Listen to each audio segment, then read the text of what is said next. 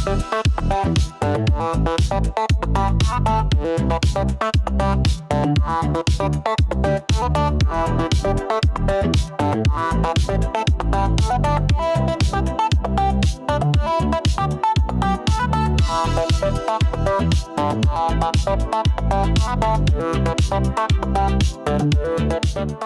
back to Art with Oz, your front row seat to the stories behind the Indian art world and the trailblazers who define them, one conversation at a time.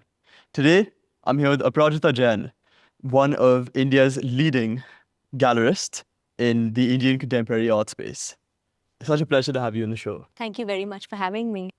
So tell me, you come from a family that valued art. For instance, your grandmother famously chose to buy art instead of jewelry in her Yes. youth. And you yourself earned a degree in psychology before entering the Indian art space. Yes. How did those early experiences influence you in entering the world of art and running a gallery? So I think that being exposed to the arts beyond fine art, so it was paintings on the walls or music or theater, I think exposure to the arts, first of all, got me slightly, without knowing it, addicted to the arts. As in, I felt like a life without it would have been very boring. Secondly, I thought that I did not realize how everything was going to collide together for me to have a life in the art world. But I had a principal in a school in Bombay that taught us art appreciation. And she would drill it within us that essentially without art, we were just quite meh in your younger generation words, And I did psychology because I really want to understand the world around me and the way people express themselves and how do my peers or how does humanity understand life and why do we exist? And in a way, I think art has been my best way of figuring the world out. Tell me, has psychology helped you in any way in understanding and dealing with artists and collectors? I essentially think that this entire journey of art is almost a journey in psychology and understanding the artist. Ultimately, we're dealing with human beings and they have emotions and they have good days and bad days and they have their own experiences. They have vulnerabilities when they express their ideas or understandings of the world in an art form and present it to the world. The world out there is critiquing their work. But their work is so deeply personal to their inner emotions and ideas and intellect. So psychology has been a really valuable asset for me to empathize, to understand, and to perhaps connect with our artists and sometimes with the audiences. And the collectors? So the collectors, I have a different sort of frame. I feel very responsible for everybody's money. And I think that if they're trusting me with their decisions on parting with their money, I must do the best I can for them by giving them the most sound advice and to the best of my knowledge and to give them the best work. So I'm not working with psychology there. I'm being honest and truthful there.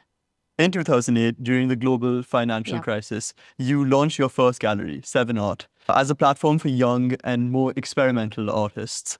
That was a bold move at a very tough time in the art world and the world overall. What motivated you to take that leap and what were the biggest challenges you faced in those early years? So I'll give you the real story behind that. The real story is I was dealing in art and my husband was sick and tired of our home being used as a warehouse.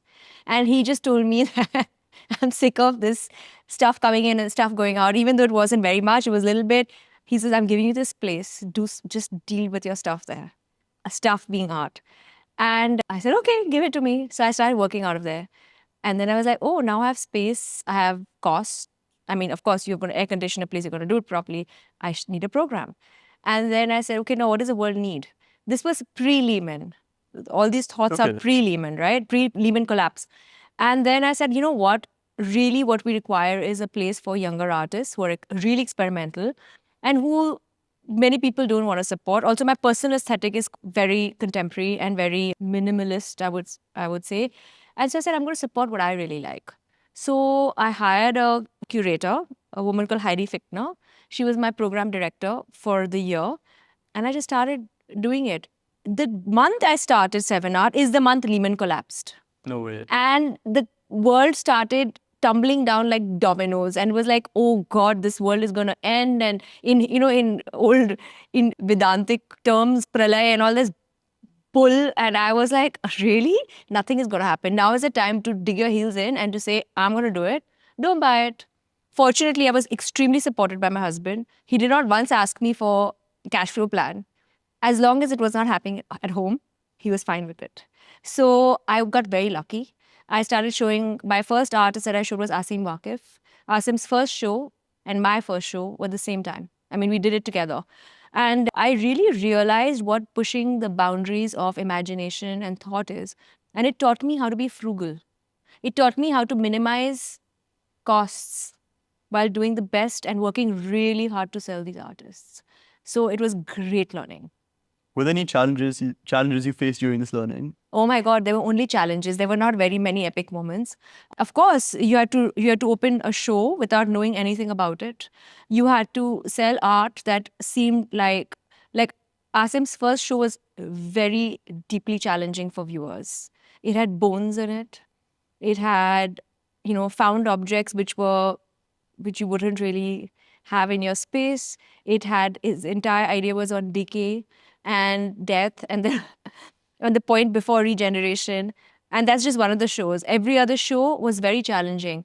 So to build an understanding within the audiences, yourself, to stand by what you believe in, regardless of whether anybody else is believing in it, a lot of it was challenging, but very well worth it for what was coming my way in the future. Now to that future. In 2012, Peter Nagy invited you to buy into Nature Morte. Yes. And you became co-director of the gallery Yes. alongside him. How did this partnership come about, and what made you decide to join forces with Peter and take on the co-leadership of an already well-established gallery? So I was already buying art from Peter. So I also collect. So I was buying art from Peter. I was also using the 7 Arts space. I'd gone to him to say, if you have material that you can show with us, please work with us and do it. And he has always been an extremely collaborative, very embracing person. He said, sure. So he curated many shows for us at 7 Art. So our relationship kind of began there. And we were both very honest about what we knew and what we didn't know. And so when he decided, he needs an Indian partner to have a business in India because he's an American national. And so he asked me, when his other partners were going to have to exit, that would you buy in? And to me, it was a dream because I had, in a way, in my art career, had kind of grown to know and understand that Nature Morte had, and at that time was showing the best artists that the country had, and I couldn't believe that I could be working with them and what kind of learning I would have. So I took it he offered it, I took it, and here we are. So conceptually, you and Peter established Nature Morte before it ever had a name. No, Peter established Nature Morte in 1998. The idea of the new Nature Morte. The idea of the new, no, actually, I always think that I'm carrying on his legacy. I don't have any fancy ideas of the fact that I have either founded it or that I'm the one who recognized the talent at the time that it was. I still defer to him for a lot of the art-related decisions because that's how we've also split the way we work together. I am very ambitious. I believe in our art. I believe in India. So I push it really hard in every avenue that I can. And perhaps today that's the only difference that he and me have. He's kind of like, okay, I've done my bit. I've created my legacy. I'm going to do what I enjoy. And I do what it takes. Going from running your own gallery to co-directing Nature Morte must have been quite a transition. In that sense, what was it like stepping into an iconic Indian contemporary gallery that Peter founded? It was really hard. What was difficult about it? It was really hard. I actually got a physical slip disc that year because I was so traumatized by the learning curve that I had to take to be able to do what it took to run this space and to actually take care of the artists, nurture them, grow them, make the program. Please remember, 2012-13, the art world was not very buoyant. Especially Indian contemporary. It was really not buoyant. It was tough. So to believe in it, to believe in, hearing, oh, auction results are so cheap. Why are you selling it at this price? Because we believe it should be. But that doesn't fly, right? So, I'm just giving you one small example of how it was really tough from a market point of view. But it was also tough to I had to prove to myself, to others, not to myself, I had to prove to my artists, I had to prove to clients, I had to prove to the larger ecosystem that I wasn't here to have fun. I was here to, give whatever I could, work at it, and not disappear. And how do you think you did that? I really worked hard. I still work really hard. I work an average of 14 hours a day. That's shocking. I work really hard. What gives you that drive to work that hard? I am really driven for the country. Like a lot of what I do is I can't tolerate not being treated equally internationally. I can't tolerate my artists not being treated equally internationally. I have been through periods where they looked down at us. And I think to change that and to provide more platforms for more people is what drives me. When and how do you see the Indian contemporary art world catching up to what it was pre-2008 or the global I think we're market? still far away from a numbers perspective. And that's going to take time because the economy gets stronger and we support our artists more. You can see that in the moderns. Moderns have really gone up in value. They're significant. We are backing our own markets there. Contemporary will take a little bit longer, but I feel that the day our markets are supporting it a lot more than they are today, we'll be in a good, formidable position worldwide. And also, I think that the power of India is increasing in the global world. And I think concurrently, in the next 5 years, I think we should see another shift. In the past, you've said that you lucked out having Peter as a partner because he's the best curator of our times in Yes, South Asia. he is. What did you learn from working with him in those initial years of Nature Morte? Actually, what do I learn working from him even today? He is phenomenal. He has no problem saying no. He's clear. He's got the best eye you can imagine. He knows his material so well. He's succinct. He's really honest. He's transparent. I mean, I can keep going on. The list is huge. I have the deepest respect for him. He's taught me most of what I know in the art world. It works like magic because I trust him implicitly with what he does. He trusts me with what I do. And so we touch wood, don't really fight. Ever. And what do you do when you have different approaches? So if it's to do with a business Nature Morte. decision, I get the veto power. If it's to do with the art decision, he gets the veto power. What perspective do you think you brought to Nature Morte when you joined? I think the business perspective and also recognizing that art is extremely exclusive. And the fact that we have added a lot of barriers to the larger audience for them to understand us or what we do. So we have tough texts. We have spaces that make it formidable for people to come in. Very intelligent people with a lot of money find themselves feeling stupid when they walk in.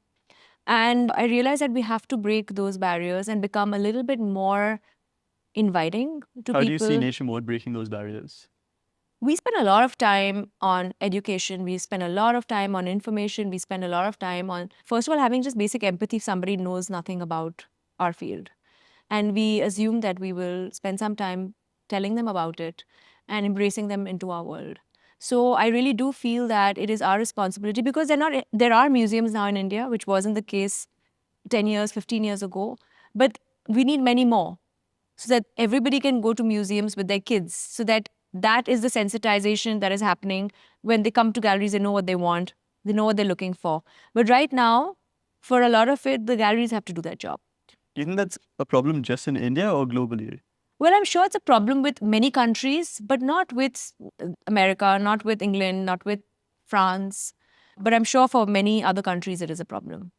Nature Morte recently celebrated its 25th anniversary in India and even expanded her new space in Mumbai earlier this year.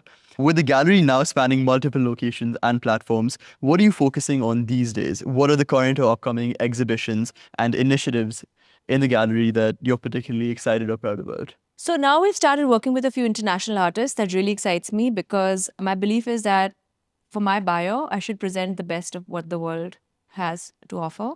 And that is pretty much how the Indian buyer is today. They want the best that the world has to offer. The second thing is my daughter has joined the business and she wants to do older art, which is quite surprising. I spent like 6 months asking her, but why? You're younger than you're the next generation. Why do you not want to do younger? She wants to do modern. Yeah. And she says, I really like it. And I was like, but why? Why do you like Impressionism? Like, why are you going to Impressionist or why are you going older? But she's fascinated by it. And I think she should do what she wants. So she's going to work on that vertical.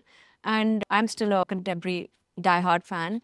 So we have many things that we're working on. I'm focusing a lot more on my nonprofit side, which runs a sculpture park and my curatorial grant.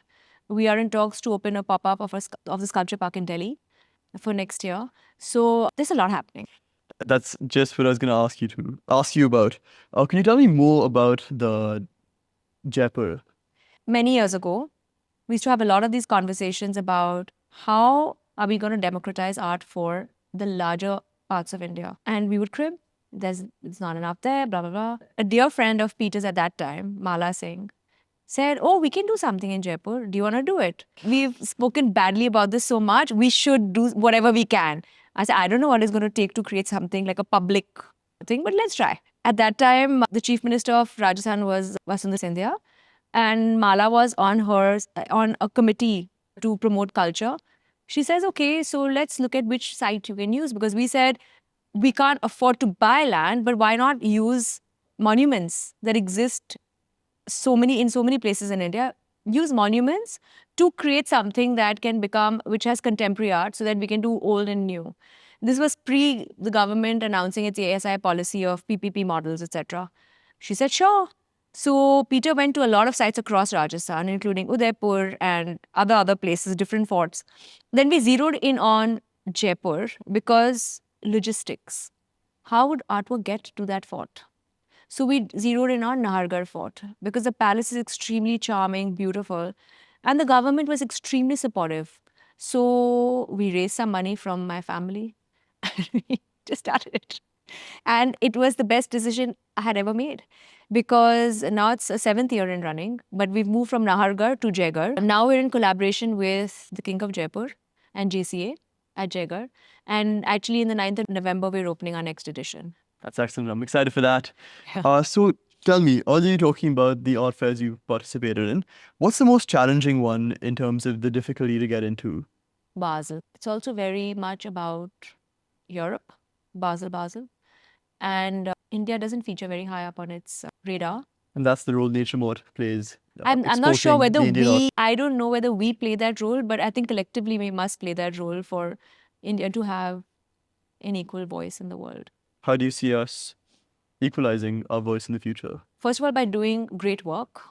And then secondly, perhaps advocacy, joint advocacy. But things are happening slowly in the world. More and more of the international world is looking at India. And I think the economy and economics has a large part to play in soft power or raising soft power of a country. I love this question. Nature Morte has always championed experimental and conceptual art, which wasn't initially mainstream in India, especially when you started. Do you find that the Indian audience and collectors have evolved to embrace cutting-edge contemporary art now more than when you started? Of course, they 100% have, because a lot of art is about viewership and repetition of viewership. So what was avant-garde? When Impressionism began, it was too avant-garde for the audiences, and then it became the norm. Even when M.F. Hussain was painting his works for his contemporaries, it was, as in the buying contemporaries, it was very avant-garde, and then it became the norm. So it takes time for people to adjust to new things, but then they adopt it. So the truth is that Subodh's career is more than 30 years old. Now, for 30 years, people have been seeing his art. Now it's become normal. If you talk about the younger ones that we're showing, that is challenging now. And so with every generation, you'll have artists that push the realm of status quo or imagination, like what they perceive art as, and then you keep showing it and they keep getting used to it, and then it becomes part of their parlance. So it takes a bit of time. But now that I've been with Nature Morte for over 13 years, from the beginning to now, people are no longer questioning Bharati's work or Subodh's work or Jitish Arena. It's part of what they know. It's part of their normal understanding of art and I mean, it's that much easier to do a Hussain or Raza, or, I mean, that is what they grew up in their parents' homes or friends' homes. So the next generation, which is your generation, that's going to college and studying abroad mostly, and who's going to go to museums, etc., for you, your understanding of art is going to be entirely different because your everyday is so different. So we are seeing absolute changes. What do you think's next after contemporary? So contemporary just means now, right? Yeah. We had this whole thing about digital art. I think it's here to stay. I think, strangely enough, a lot of the world is going back to painting. So I think that whatever stays for a while, the world has a way of going against that particular thing and going to something the exact opposite. So it feels like painting is having another moment where a lot more people want to go back to that. Why do you think that is? I think the world has become There's so nostalgia noisy. pain. People have, they can't finish sentences without their mind escaping it. Sometimes paintings offer that lovely pause. They don't want to be in movement all the time. So I think that a lot more influences us than just looking at that artwork.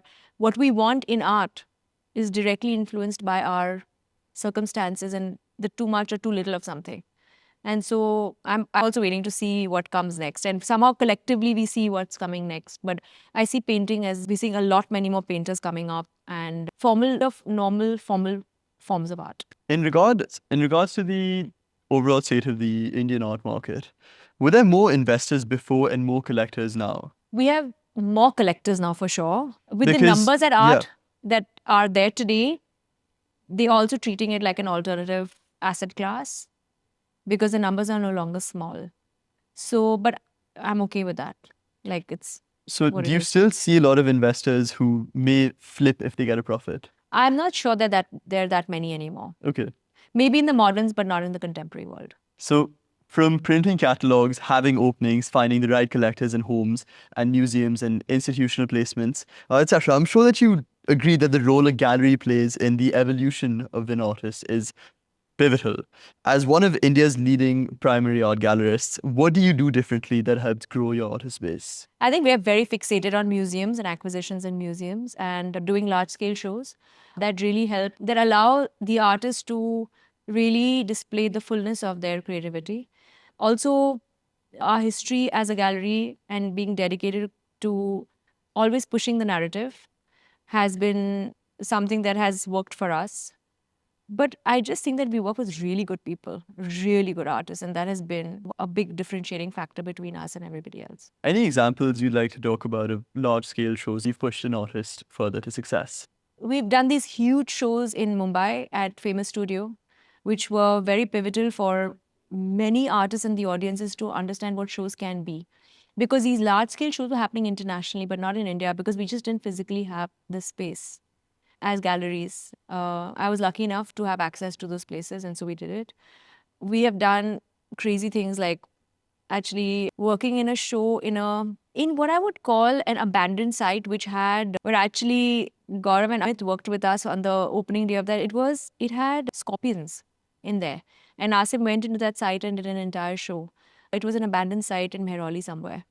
So, but that's where we wanted to reintroduce the idea of spaces as being important and pivotal to artists' thoughts. I have always encouraged the artists, and I love doing things that are out of the box and don't necessarily conform to the gallery space.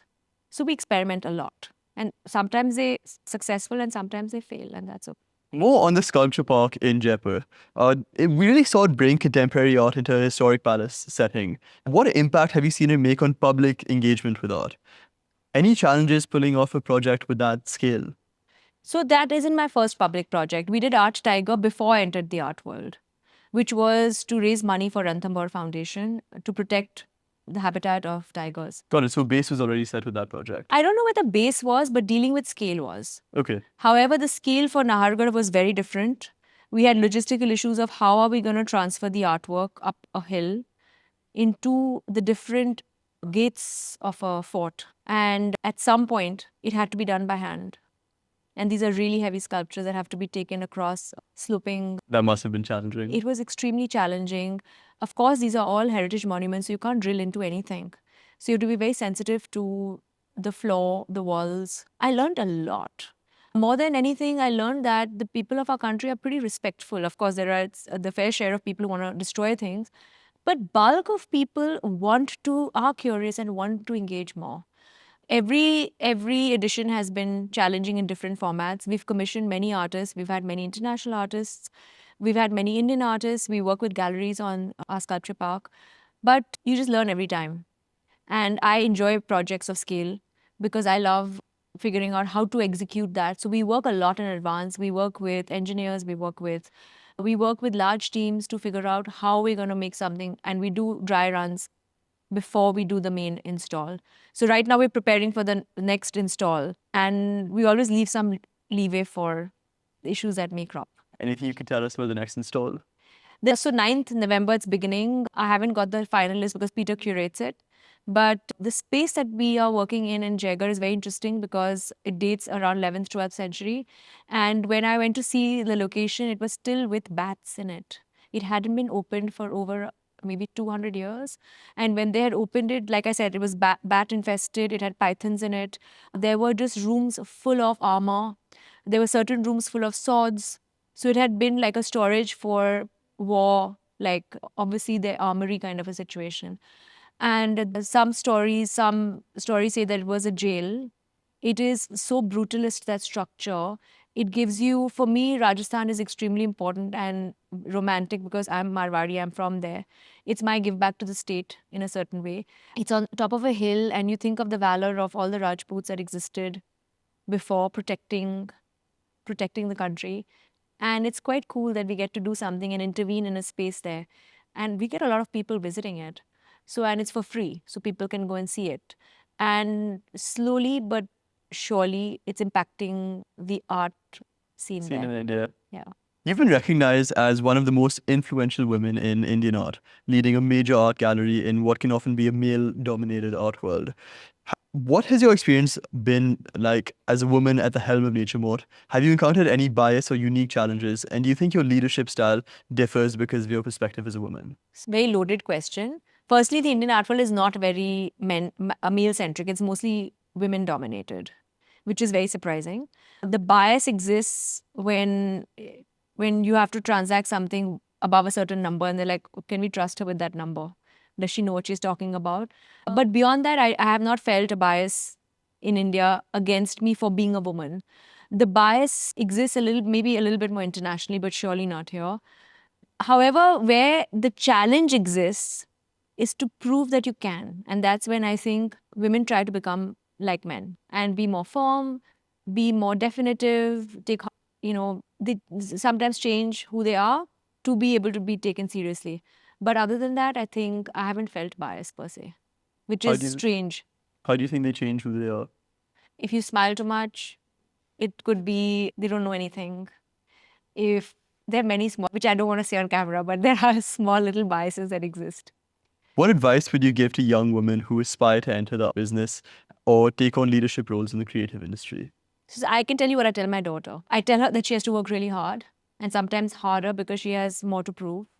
I tell her that she should know her material and she should research a lot because I think our industry is research led. I think that we need to know to be able to advise clients. The museum world is different, but we're in the commercial part of the art world. And I tell her that she has to be honest 100% of the times with her clients, her artists, and the ecosystem so that she's always above board. But I think hard work and for many years being consistent, because one of the issues that we see today is that kids are moving jobs every 7 months. By the time they learn something, they've moved on. Then they move on from there. They're not willing to commit. I think commitment is a very important thing. Galleries must appeal to both seasoned collectors and a new, younger generation of art enthusiasts. How are you bridging this generational gap? Are you doing anything to attract younger audiences and support young emerging artists, perhaps through projects like Terrain, so that art remains relevant across generations? So very interesting things. We opened Raghav Babbar yesterday in Bombay and I wasn't there for it. But we had a huge number of the younger gen that came to see it. And that was amazing because we had parents and their friends and their children and their friends who came separately. And so clearly for a younger generation, and you are interviewing me, so it makes me understand that there's a generation that actually thinks having intellectual pursuits is fun, which is very, very amazing.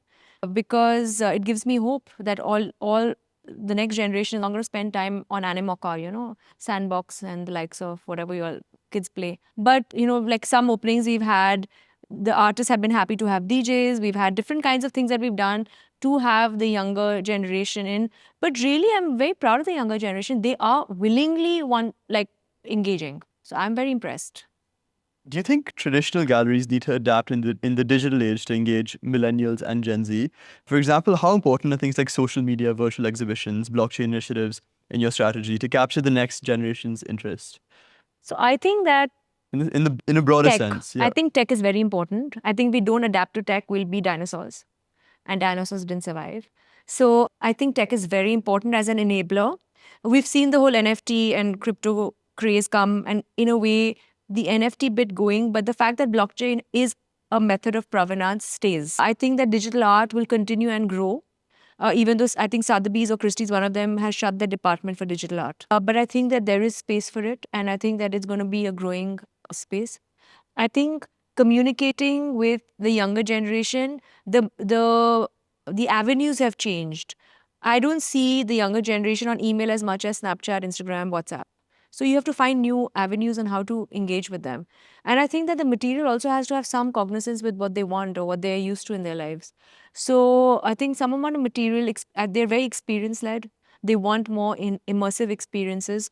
By that, I don't mean the Van Gogh immersive, but I mean they want food, they want to experiment with the different things.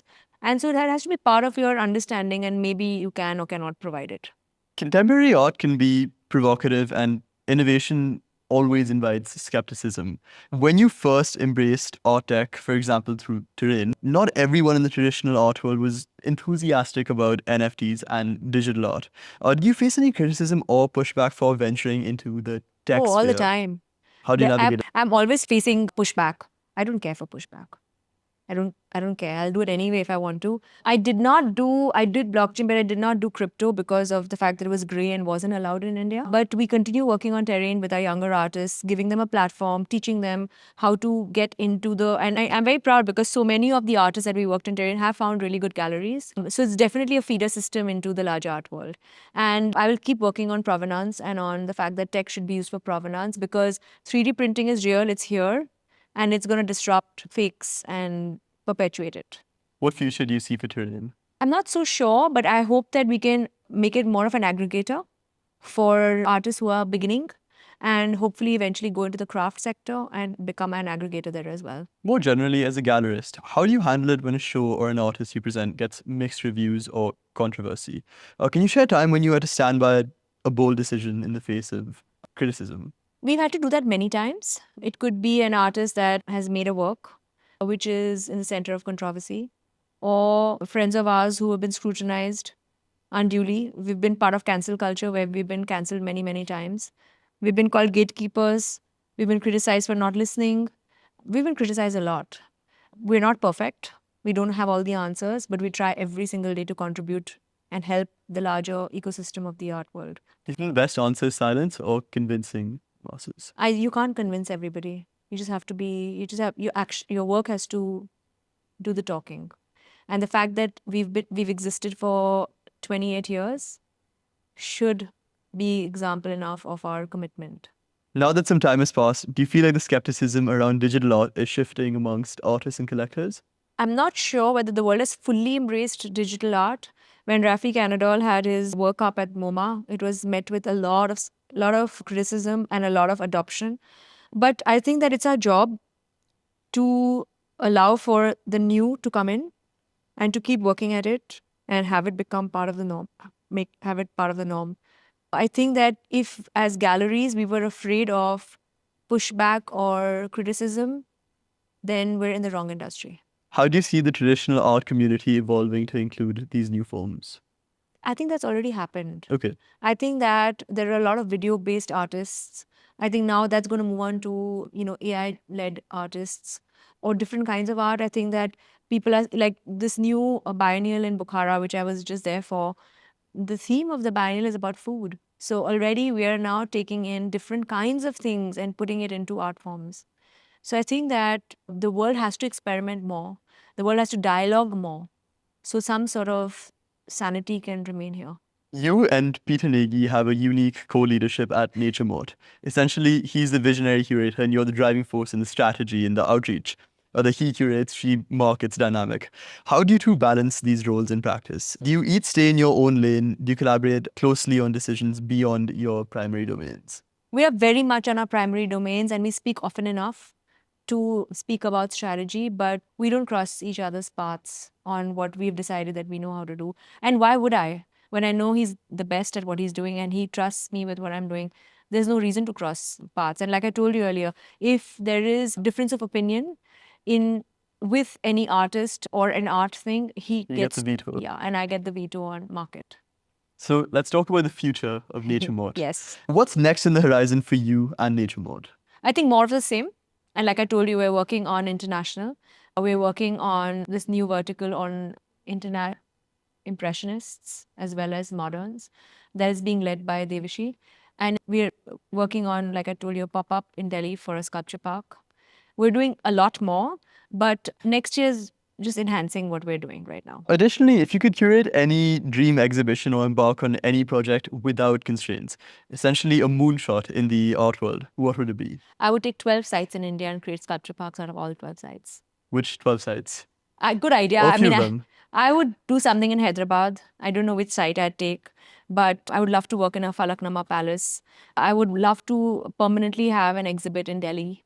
It's hard. These are, like you said, moonshots. In Mumbai, in all the major tier 1, tier 2 cities, I would like to take spaces. Don't ask me which spaces yet, but I'm thinking about what that would look like and create sculpture.